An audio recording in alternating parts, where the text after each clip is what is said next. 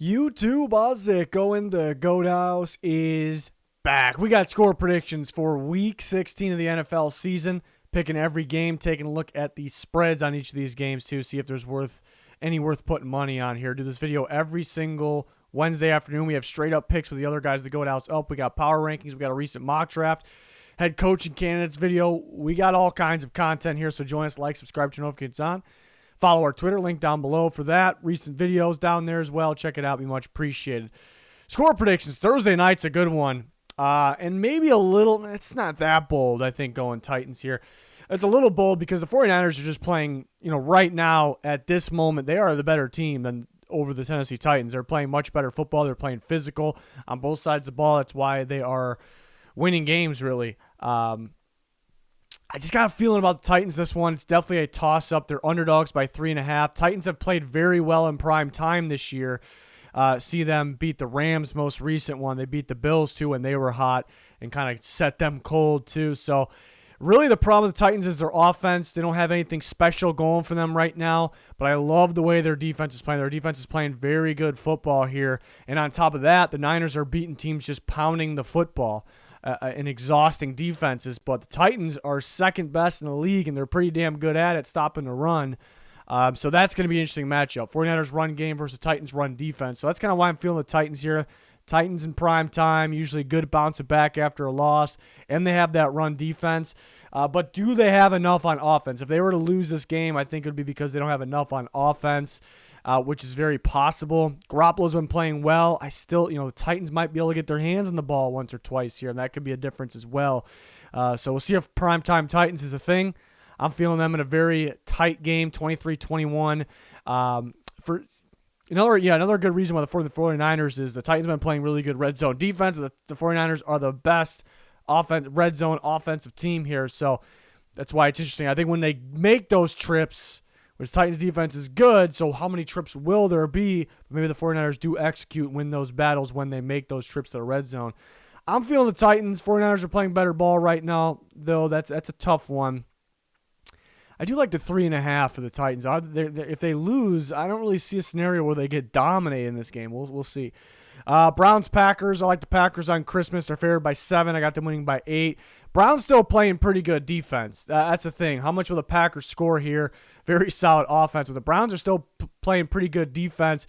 There's not too many teams that get crazy pressure on Aaron Rodgers, but when they do happen, which is kind of random, then the Packers are completely affected by it. So the Browns, they could get pressure, slow down the Packers a little bit. I just do not like the matchup for the Browns. Like, Chubb could have himself a good game, but I think they're relying too much on that. Teams that have success against the Packers defense recently have been getting guys open in space, kind of the athletic guys, underneath. Do the Browns have much going for them there? Kareem Hunt maybe involved in the passing game would be, but he's unlikely to play here. So it's going to be a tough one for them to win. So I like the Packers 24-16. Colts, Cardinals, another toss-up game. The Cardinals favored by 1. It's on Christmas. The Cardinals are due for a bounce-back game here, and they are still a dangerous team even though they've been underwhelming recently. I like the Colts, though. The Colts are hot. I like them in the matchup here. I think the reason why the Cardinals could win, 2 reasons. I would say maybe they create turnovers on Carson Wentz, which the Cardinals defense is very capable of doing that. Carson Wentz also very capable of losing the ball here, giving the ball away here and there. Another reason, Cardinals kind of rely on the downfield passing game, and a lot of teams second half of the year able to game plan for it, able to take it away. Colts defense very good at game planning, very good defense, but I think that is where you can get them. I do think you can, not crazy amount, but I do think you can kind of get some action going downfield. But I'm not really predicting a lot of that, as you can see by the score. I love the way the Colts defense is playing. They're mixing things up with their coverages. They're throwing teams off. And I do like the Cardinals defense, but if there is a weakness on it, it's not a major weakness, but for a good defense, I'd say teams you can run on the Cardinals. And we're talking about the best rushing team in football here. So I think low-scoring game. I think that's enough for the Colts to pull it off, so I like them 23-20. Colts are hot right now. Cardinals are cold, but there becomes a time where that doesn't really stay the same, or maybe for one of these teams. So we'll see. I like the Colts in that one. It's going to be a great one on Christmas. Lions, Falcons. Lions are playing much better ball right now. They dominate the Cardinals a week ago. Falcons get dominated. I just like the matchup of the Falcons here. I really do. The problem when the Falcons really struggle, it's because Matt Ryan is getting hit. I mean, you can't even count to 2 seconds. He's getting hit every play. They dig themselves a hole. It takes away, the running game, and they know they're passing. Matt Ryan's getting hit more often. But the Lions don't have the greatest pass rush. It has picked it up a little bit. I think this is going to be, and I don't think Matt Ryan's going to have all kinds of time here, but it's going to feel like that basically after playing some of these other teams they've been playing. So I think they'll have some success. Russell Gage is getting better. The guy is actually improving his game, not just because he's getting more touches. I think that's helping, but he actually looks like he's getting better.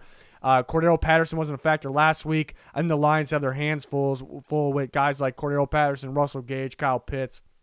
Matt Ryan has some time, so I like the Falcons in this matchup. 27-20, win by 7. And, not that they're going to blow them out or anything, but I do like the matchup there. Ravens-Bengals, it's pretty tough to pick the Ravens in this one, even though I can see them doing that. And the reason that is because two things, maybe adjustments from last time. That's a lot of the time the reason teams split in games like this, divisional games, adjustments, but in the second time around, just because of the Ravens. The Ravens in crunch time, they play pretty good football. They know the playoffs are on the line here. They're just like always a good team, no matter who's on the field. We saw it last week at the fight they put up against the Packers. It's just one example. So those are the reasons I could see the Ravens pulling it off, but I do like the matchup of the Bengals. You look at what happened last time, and the matchup presented itself on the field. The Bengals spread the ball out. They just had too many weapons for the Ravens. Heavy man coverage. It's hard to run man coverage against the Bengals. And now you take Marlon Humphrey out of that equation. It's going to be even tougher. Do the Ravens show some different looks? It's just going to be tough for them. It was such a bad matchup last time. I kind of see the same thing this time. I think it ends up being closer because the Bengals offense isn't playing as good as it was at that time. Also, again, it's that time of the year. The Ravens have, their backs against the wall. They have to win games, so they're going to make it interesting here. But I like the matchup for the Bengals winning 27-23. Just too many weapons for the Ravens to be able to play their Raven defense, Rams-Vikings, I think somewhat of a shootout here. I like the Rams. I think the Rams got more. I think it's a pure offensive game for the most part.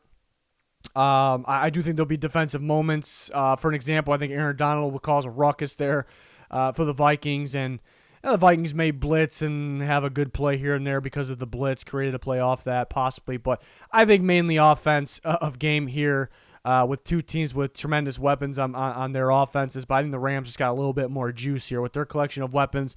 Vikings, Patrick Peterson's played well, but overall it's just kind of attacked the other side, and the corners have struggled a little bit. So I think the Rams will have success there. I'm guessing another big game from Cooper Kupp. The Vikings used to playing against Matt Stafford. They had success against the pass. I think it's a little different now. So maybe the Vikings can pull it off. They are a little sneaky of a team there. Last time we saw them, their offense was very underwhelming against the Bears, but that's kind of what happens, and all of a sudden the offense just really gets going in a game like this. But I like the Rams 30-26. I think they just got more. They're the better team here. Bills and Patriots. I got the Patriots. They're favored by 2.5. Second meeting. The Bills, it kind of looked like they could have thrown the ball on the Patriots last time. Just the win was a big-time factor. So maybe, I think the weather will still be a factor in this game, but you take away the crazy wins, and then maybe the Bills just get going in the passing game. It's a possibility. I just think the Patriots could be in their heads what happened last time. They passed the ball 3 times and still won the game. In the run game, even though the Bills within that game knew the run was coming, and they still kind of struggled to stop it given what was happening. They knew it was coming. So they really got to focus and figure out how to adjust for the run here, but they got to know that they're going to throw some passes at them this time, more than 3. So they're going to be on their toes. It's interesting. It's a tough one for the Bills here. I still like the Patriots defense. They struggled a little bit last week. It was against a dominant, elite running team. It's a little different here playing the Bills. They got a great pass defense. They're going to create that extra turnover that probably wins the game here. So I got 23-21, Patriots win. Jags and Jets, even line. I got the Jags in this one. Tight one, squeaker, 24-23. Sounds like Robert Saleh won't be coaching this game. We'll see. I like the matchup for the Jags, though. It's hard to trust the Jags because they've just been awful. Trevor Lawrence has been underwhelming. The play calling's been underwhelming. They bevel hands off the Schottenheimer, so we'll see. But, with Urban Meyer out of there, they made a point to let's get James Robinson going. And now Carlos Hyde done for the year. They want to get James Robinson going, and you may say, well, they didn't get him going a whole lot last week. And, well, first off, they got him going a lot more than they have been. I think about 18 carries, 17, 18. But they were playing from down real early, so they couldn't really afford to run the ball. The Jets are really struggling stopping the run, really struggling. So I think the Jaguars come out just pounding that football, run the clock. I think James Robinson has success. Maybe that can open things up for Trevor Lawrence for a change, and then he can have some success as well. So I like the Jaguars. The key here is not getting down early, which the Jets have kind of been getting up on some teams. Sometimes they allow a little bit of a comeback, but I don't know if the Jags will be suited to come back. But so it's just really how this game starts. I've noticed something, not just, I mean, even this year, but every year in the NFL, when a team can run the ball, they're very good at running the ball, or even just good at running the ball, and where a team can't stop the run, that a lot of the time is the difference. And you may say, are the Jags good at running the ball? I think if they give the ball to James Robinson enough times, I think they actually are. I think they're pretty damn good running the ball. And I think you get Trevor Lawrence going and kind of read options, things like that. And the Jets are struggling to stop the run. So I like the running game here is the difference. I like the Jaguars. And then the Jets not having their coach, perhaps, something to monitor. Could be the difference as well. But it'll be a tight one. The Jets are playing better ball overall than the Jags. I just like the Jags in this matchup. Giants-Eagles, got an interesting score. I got the Eagles going. It looks like a bold score because you don't see 18 a lot, but the Eagles do go for 2. I got them successfully hitting 1 2-point conversion here, so 18-10.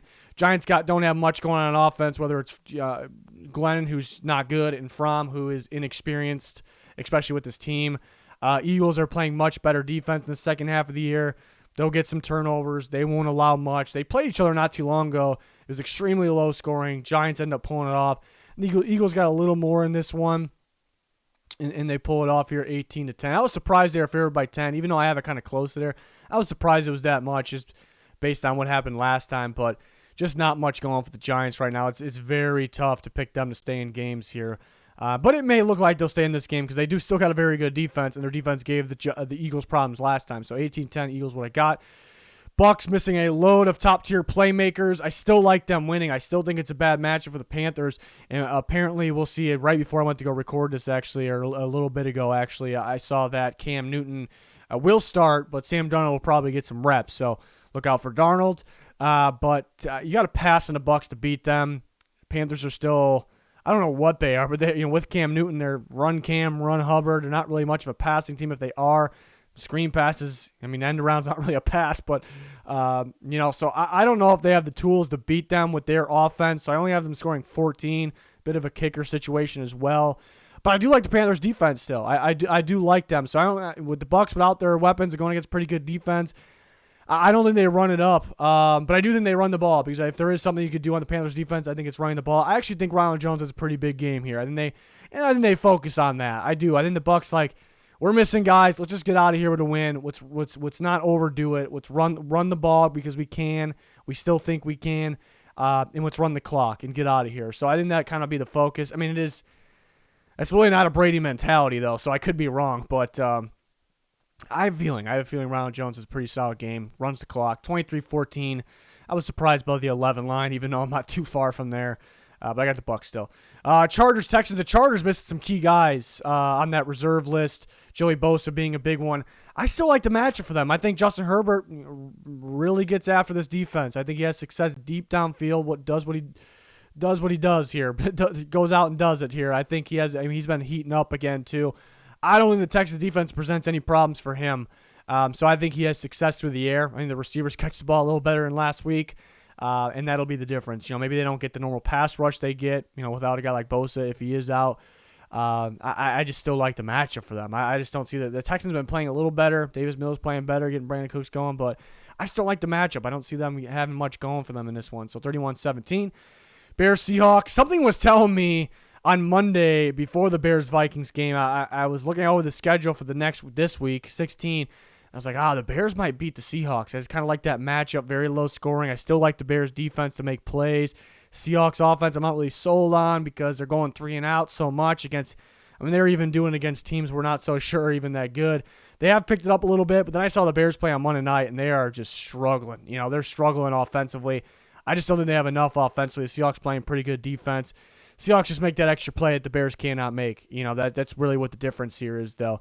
And the Bears will get some guys back. They'll get their secondary back, and these guys may be itching to play a little bit, so maybe that can create the difference. Akeem Hicks back in there playing well. Robert Quinn playing extremely well, getting after the quarterback. So maybe. Something was telling me before Bears in this one for some weird reason. The Seahawks are the better team, but now not so much. Seahawks put up a fight with the Rams as well. That kind of helps. So I'll go Seahawks 20-16, low scoring here. Steelers Chiefs, tough one because the Chiefs could be missing some key players. We know Harrison Butker's out, their kicker, which is a big one, which factored into my score here. And then Travis Kelce, Tyreek Hill, guys to monitor. These are the biggest playmakers in football, maybe. So that's pretty tough. I still like the Chiefs, and you see the line is still at 8, even with the Vegas knowing these guys are probably out. It's just a matchup. This is like an ultimate matchup for the Chiefs and a terrible matchup for the Steelers, and that is because the Steelers' offense is really struggling right now while the Chiefs' defense is thriving, is getting better. I just don't see the Steelers doing much. They're going to throw a lot of blitz at Big Ben, which was a problem in the first half against the Vikings. They couldn't handle it. It's the same style blitz. They couldn't really handle it. And the Steelers is against pretty much anybody. They can't get much offense going. And then the Chiefs' offense, I'm sure, will be able to do enough against the Steelers, even though they got a solid defense. It's just, can the Steelers keep up? But then you factor in some big key players are out for the Chiefs, and that kind of lowers the score for the Chiefs and gives the Steelers more opportunities, maybe raises the score a little bit for them. So I end up having it a little closer here, 22-17. I got the Chiefs probably going for 2, even though they're bringing in a kicker, Elliott Fry, I believe. Bucker out. It's a team that's not afraid to go for 2 as it is. I think they'll probably go for 2.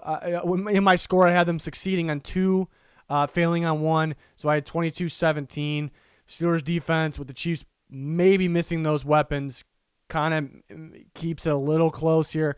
I still think comfortable for the Chiefs. I think they'll be in the lead. Steelers trying to play keep up. So I have the Chiefs 22-17. If the Chiefs got their guys, if they got their big-time star weapons, I'm the Chiefs cover that 8.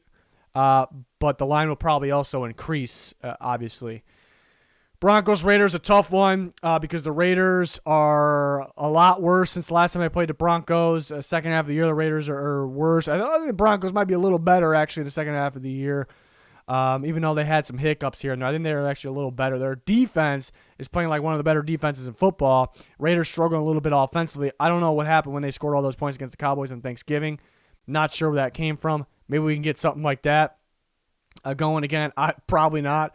But, yeah, the Broncos can present a problem for the Raiders' offense, making plays on defense, and I think you can run on the Raiders. And Javonte Williams and Melvin Gordon, I think they can kind of get going here, run the ball. That'd be why the Broncos could win. If Teddy Bridgewater was in, I'd be picking the Broncos. And I still think he has a shot to play, if I'm not mistaken. I just really don't think he's going to play. I think it's going to be Drew Lock. I think if there is a shot, it's very, very low percentage. Could be wrong, but I'm pretty sure I'm right there.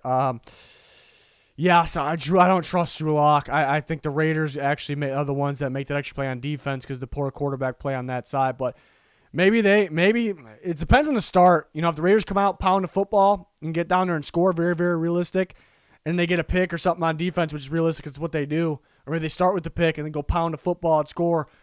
At that moment, I'm thinking the Broncos are probably going to win. Drew Lock could still gift-wrapped it for Christmas to the Raiders here. Just give them that gift. It's definitely possible. And I do think that kind of happens there, but it's tough to pick Drew Lock to beat Derek Carr here in this one. I don't know. I think the Raiders maybe got some momentum from last game. Again, if Teddy was good going playing, I'd be picking the Broncos. I'd be picking the Broncos for sure. So even line matchup actually almost says Broncos for the reasons I explained, but Drew Lock versus Derek Carr. Raiders maybe got some momentum. They're at home. They had to play some cold weather last week. Maybe they're better at home here. We'll go with the Raiders. It's a toss-up one for sure. Makes sense. It's even. Washington and Dallas, surprised by the 11 line. I like the Cowboys still. Short week for Washington definitely plays a part. I think they'll get some guys. They should be getting a lot of these guys back. But I still like the Cowboys. Short week definitely, like I said, definitely a factor. Cowboys playing tremendous on defense. Why Washington could win? You look at the last matchup, and it almost felt like the game was over right away. The Cowboys just made ridiculous plays on defense, and they're that's what the Cowboys do. I don't want to say they're like luck plays because it's what the Cowboys do. If you keep doing it, it starts to kind of get less lucky. But they were scoring on these plays. They end up being huge plays set up their offense. The question is, Do those happen again? And most people would say chances are no. I still think they'll make plays, but that's those big of plays to set their offense up or to score points for them. Most people will say, and they definitely can, like I said, but most people will say no. So what does that do? It kind of changes the game in general. Washington had to kind of go away from their game, offensive game, which is pound the football, keep the ball underneath, wear out the other team, control the clock. So if those things don't happen, Washington can actually play their game and do that and make things interesting. Remember, they came back in the Cowboys' end of that game when they started to figure things out, and Cowboys' offense didn't do a whole lot in that game. And, Ron Rivera may be good at making adjustments the second time around playing them. I could see Washington winning for those reasons. It's a short week.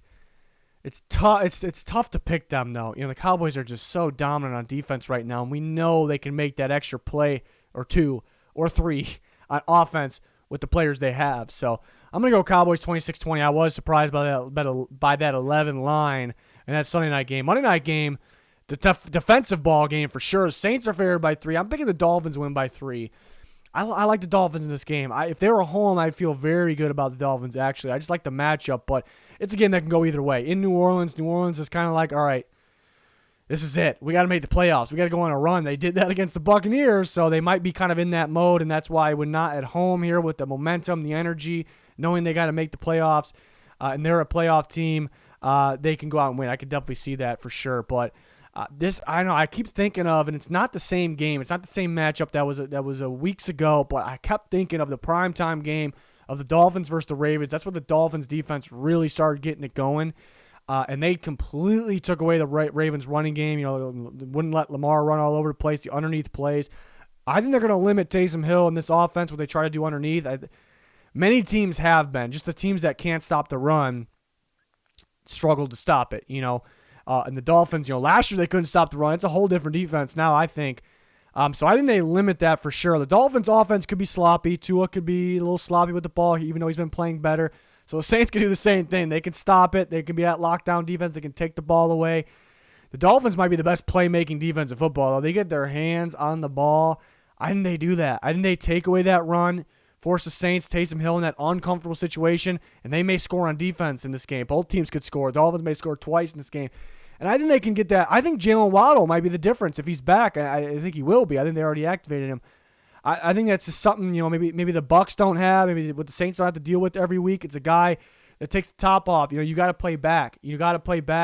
But then he gets you underneath. I mean, they got him going real good in the slant game too, underneath. And I don't think he's not going to torch them or anything because the Saints got a great defense. They always got a great game plan, but they could be chasing him a little bit. They can be trying to keep up with him, and that could make that extra play here. So I like the Dolphins this game. It's going to be a fun defensive game.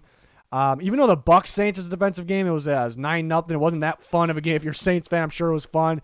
And I do appreciate really good defense. But I think this game, it's going to be a lot like that Ravens-Dolphins game, which I found actually entertaining. I thought, maybe not a lot of people. I think it's going to be pretty similar to that game. So both these teams trying to fight in the playoffs. I like the matchup slightly for the Dolphins. Saints are more suited for this atmosphere, this type of game, though. So that's why it's a great one. So I'm excited about that. 16-13 what I got. I got Miami pulling it off. Big game for Tua. Got to take care of the ball here. That's going to do it for my Week 16 score predictions. We're back every Wednesday with this, even in the playoffs. Don't worry, we're doing it. We got you covered. We got you covered even in the offseason. So join us. Like, subscribe, turn notifications on me. Much appreciated. Follow our Twitter link down below, and pin in the comments for recent videos as well. That's going to do it. Thanks for watching. Goodbye.